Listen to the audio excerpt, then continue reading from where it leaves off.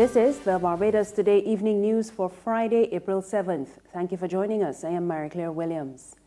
MP for Christchurch East, Dr. Dennis Lowe, is receiving low ratings from the majority of constituents polled today by a Barbados Today team.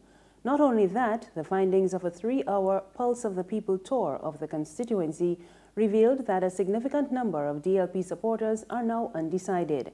There are also more residents who once voted and have since changed allegiance to the opposition Barbados Labour Party than those who say that they will stick with the incumbent.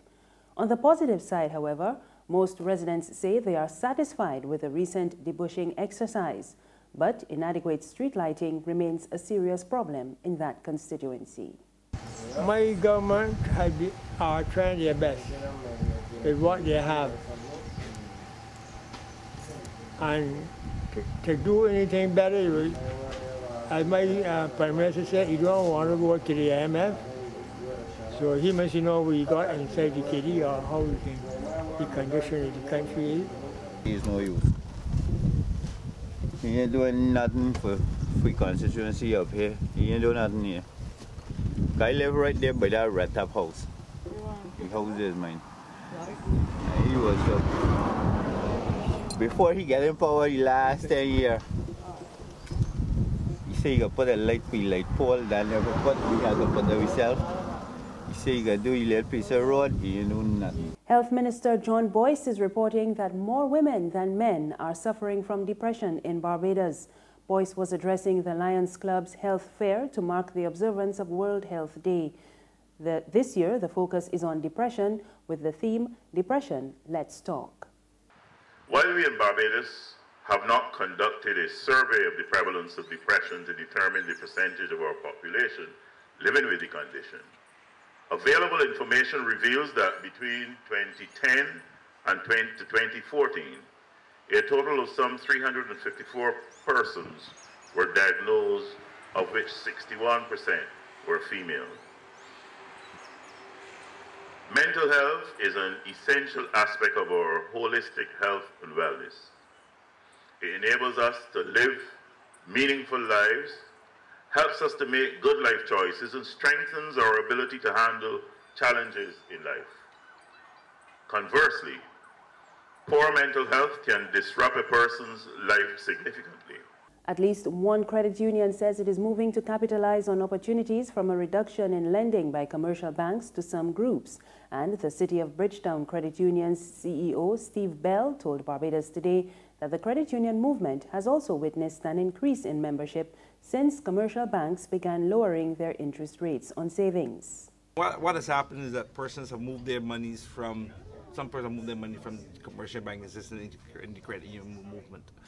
We've actually seen that also at COB. I know there's this ongoing debate and discussion and saying if it's sustainable. I think people got to be, however, be mindful of the fact that unlike banks, credit unions are about providing service. And therefore return on assets is not the major #1 matrix of which we determine our success. So we at COB have been very mindful of the fact that we need to control costs. So we look at the admin side of things. We need to make sure also we provide our members with a better rate of return than what they can get in the commercial banks, and we're actually achieving that. And we also are mindful of the fact that we need to continue to be very relevant and solvent. So we also make sure that we make enough money to add to our capital. So effective expense management, effective capital management, and at the same time ensuring that we provide a quality service at a rate that is lower than what the banks are offering, and at the same time provide a rate of return on their investments higher than the bank is offering. That is our objective, and we've been able to achieve that very successfully this year. One government official is highlighting the importance of providing high-quality service across all sectors around the island. Minister of State in the Prime Minister's office, Patrick Todd, raised the matter at the Democratic Labour Party's weekly lunchtime lecture today. He pointed to the National Initiative for Service Excellence, NICE, which he says will work to the benefit of the bread and butter tourism industry. And it is very important, ladies and gentlemen, to have national buy-in in terms of service excellence, because we hear a lot about productivity. We know that tourism, for example, is the major foreign exchange earner in our country, and paramount to ensuring that the tourist product that we provide, that we offer to the world is attractive to visitors is our people, the attitude of our people to ourselves and to visitors alike. And this doesn't mean that we're bowing down to any visitor in a form of servitude, but we're just exhibiting, frankly, good manners. There's regional and international news after this short break. Who calling? Get your yams and potatoes. Wait, my girl, how you want to see you for long? I get how you keeping, but you don't sell the nation paper no more. But that paper ain't selling. This month now I stop selling that. Look, one time I would have make a little dollar on the Sunday sun. But when Sunday night, I still trying to get the weather there.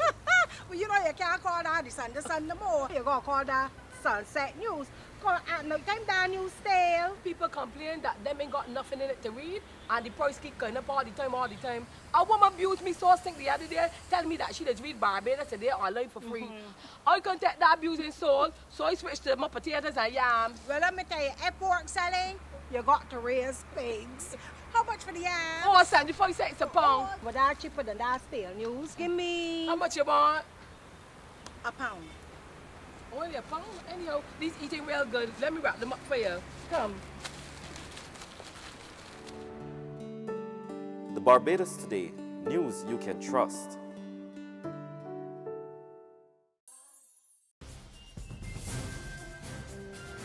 We're back now with news from the region, and we go to Bermuda, where 2 trade union leaders were among 6 people charged in the magistrate's court today in connection with last December's protest outside of the House of Assembly. The demonstration led to the abandonment of a scheduled parliamentary session.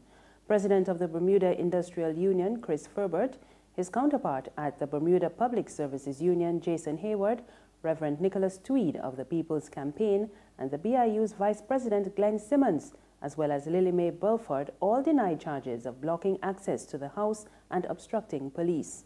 5 of the defendants refused to consent to have the matter heard in the magistrate's court, but Hayward agreed to have his case heard in the lower court. The other defendants will appear before the Supreme Court during the May arraignment session. All 6 were released on $1,000 bail. On the international scene, at least 4 people were killed when a lorry smashed into a store in central Stockholm, Sweden. Several people were also injured in the incident, which occurred on one of the city's major streets.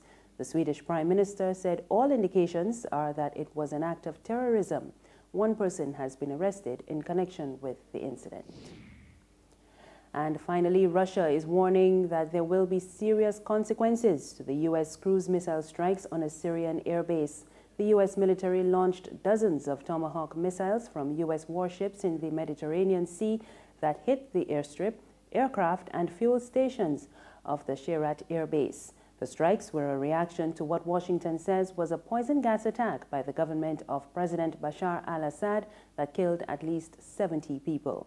Addressing the UN Security Council earlier today, Russia's deputy UN envoy condemned what he says was the illegitimate action by the U.S., saying the consequences could be serious. Russian Prime Minister Dmitry Medvedev said the U.S. strikes were 1 step away from clashing with Russia's military.